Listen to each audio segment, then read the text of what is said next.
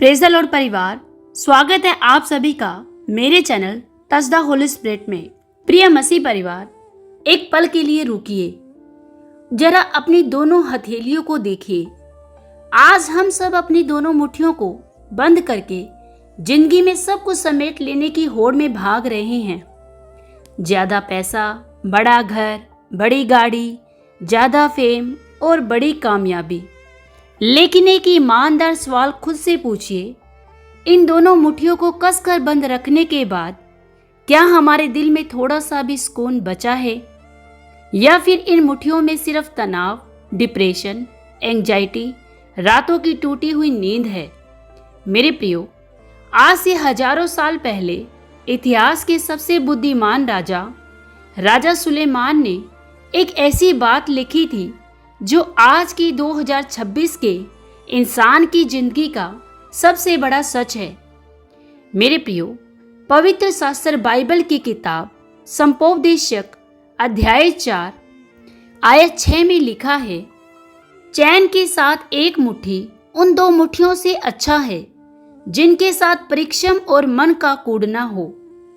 मेरे प्रियो, आज के इस वीडियो में हम इस एक आयत की गहराई में उतरेंगे और जानेंगे कि कैसे हमारी दोनों मुट्ठियां भरने की भूख हमें अंदर से खोखला कर रही है और कैसे एक मुट्ठी शांति हमारी जिंदगी को पूरी तरह बदल सकती है।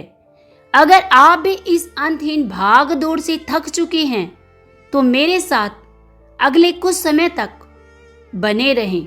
मेरे प्रियो, इस आयत की गहराई को समझने के लिए हमें पहले यह समझना होगा कि इसे लिखा किसने है, इसे लिखने वाले कौन हैं। इसे लिखने वाले थे राजा सुलेमान। उनके पास क्या नहीं था?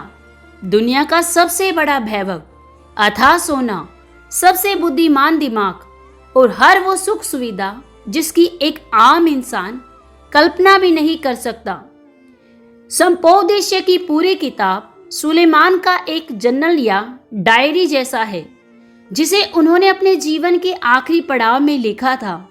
सब कुछ हासिल करने के बाद सुलेमान पीछे मुड़कर देखते हैं और कहते हैं कि संसार की चीजों के पीछे भागना ऐसा है जैसे वायु को पकड़ने की कोशिश करना। क्या आप हवा को मुट्ठी में पकड़ सकते हैं? कभी नहीं। मेरे प्रियो, सुलेमान यहाँ 3 तरह के लोगों की मानसिकता को हमारे सामने रखते हैं। पहला, आलसी इंसान। आयत 5, जो हाथ पर हाथ धरे बैठा रहता है और खुद को बर्बाद कर लेता है। बाइबल आलस्य का समर्थन नहीं करती। दूसरा, काम का अंधा गुलाम, जो अपनी दोनों मुट्ठियां भरने के लिए दिन रात पसीना बहाता है, खुद को कष्ट देता है, अपने परिवार को भूल जाता है और अंत में उसके पास सिर्फ मानसिक तनाव बचता है। तीसरा इंसान, बुद्धिमान। आयत 6 में, जो यह जानता है कि कब रुकना है, जो एक मुट्ठी में मेहनत रखता है और दूसरी मुट्ठी को शांति और संतोष के लिए खाली रखता है। मेरे प्रियो, आज के दौर की बात करें तो आज के समाज ने हर एक मनुष्य को एक बड़ी बात बीमारी के रूप में कही है, जिसे कहते हैं हस्टल कल्चर, हमेशा भागते रहने की संस्कृति। आज हम देखते हैं कि अगर आप हफ्ते में 80 घंटे काम नहीं कर रहे हैं तो आप पीछे छूट रहे हैं।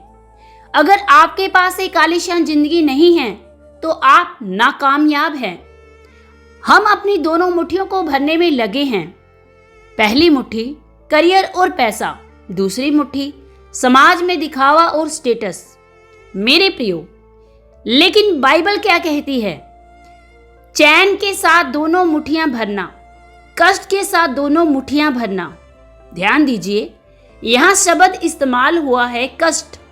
जब आप अपनी क्षमता से ज्यादा परमेश्वर की इच्छा के बाहर जाकर सिर्फ भौतिक चीजों के पीछे भागते हैं तो वह कमाई आपके जीवन में आनंद नहीं बल्कि कष्ट लेकर आती है। आप कमा तो लेते हैं, लेकिन उस पैसे का आनंद लेने के लिए आपके पास सेहत नहीं बचती। आपके पास बड़ा डाइनिंग टेबल तो होता है, लेकिन उस पर साथ बैठकर हंसने के लिए परिवार का समय नहीं होता।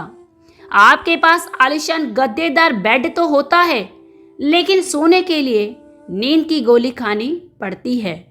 इसे ही सुलेमान कहते हैं व्यर्थ, हवा को पकड़ने जैसा। मेरे प्रियो, तो फिर समाधान क्या है? अब आप कहेंगे, तो क्या हम काम करना छोड़ दें? क्या हम तरक्की करना छोड़ दें? नहीं, बाइबल कहती है चैन के साथ एक ही मुट्ठी भरना उत्तम है। इसका मतलब यह है एक हाथ में मेहनत और जिम्मेदारी हो, लेकिन दूसरा हाथ खाली हो। परमेश्वर के अनुग्रह, शांति और संतोष को ग्रहण करने के लिए। संतोष का मतलब यह नहीं है कि आपके पास जो है आप उससे संतुष्ट होकर आलसी हो जाएं। संतोष का मतलब यह है कि आप अपनी दौड़ को दूसरों की दौड़ से कंपेयर करना बंद कर दें। जब आपकी एक मुट्ठी भरी होती है तो आपके पास जीवन की बुनियादी जरूरतें होती हैं। आपके दिल में एक गहरी शांति होती है कि मेरा परमेश्वर मेरी चिंता करता है। मेरे प्रियो, नए नियम में प्रेरित पौलुस इसी बात को 1 तीमुथियुस 6:6 में बयां करते हैं। लिखा है, परंतु संतोष सहित भक्ति बड़ी कमाई है। मेरे प्रियो, सोचिए, जो सुकून 2 मुट्ठी भरकर भी नहीं मिलती, यानी सब कुछ हासिल कर भी नहीं मिला, वो परमेश्वर के साथ एक मुट्ठी के संतोष में मिल जाता है। क्योंकि शांति किसी बैंक बैलेंस से नहीं, बल्कि इस बात के एहसास से आती है कि हमारी जिंदगी का कंट्रोल किसके हाथ में है। हमारी जिंदगी को चलाने वाला कौन है? मेरे प्रियो, याद रखें, हमारी जिंदगी का रचनाकार, हमारी जिंदगी को चलाने वाला और हमारे जीवन को बनाने वाला एकमात्र केवल परमेश्वर है। हालेलुया। मेरे प्रियो, अब हम अपनी जिंदगी में इस मुट्ठी भर शांति को कैसे लागू कर सकते हैं, यह जानते हैं। सोशल मीडिया की झूठी चमक को देखकर अपनी शांति को मत बेचिए। किसी और की 2 मुट्ठियों को देखकर अपनी एक मुट्ठी के सुकून को मत गवाएं। अपने काम और अपने परिवार, स्वास्थ्य और आत्मिक जीवन के बीच एक सीमा तय कीजिए। हर वो काम जो आपकी आत्मिक शांति और आपके परिवार को आपसे छीन रहा है, वो कष्ट है, आशीष नहीं। जो आपके पास नहीं है, उसका रोना रोने के बजाय जो परमेश्वर ने आज आपको दिया है, उसके लिए घुटने टेक कर धन्यवाद दीजिए। प्रभु यीशु मसीह ने मत्ती 6:33 में कहा था, इसलिए पहले तुम परमेश्वर के राज्य और उसके धर्म की खोज करो, तो ये सब वस्तुएं भी तुम्हें मिल जाएंगी। जब आप अपना एक हाथ परमेश्वर के राज्य के लिए खाली रखते हैं, तो वह उसे अपने स्वर्गीय शांति से भर देता है। मेरे प्रियो, हमारी जिंदगी बहुत कीमती है। हवा को पकड़ने की इस अंधी दौड़ में अपने आज को मत खोएं। दोनों मुट्ठियां भरकर पूरी दुनिया को जीत लेना, लेकिन अपनी आत्मा को खो देना कोई समझदारी नहीं है।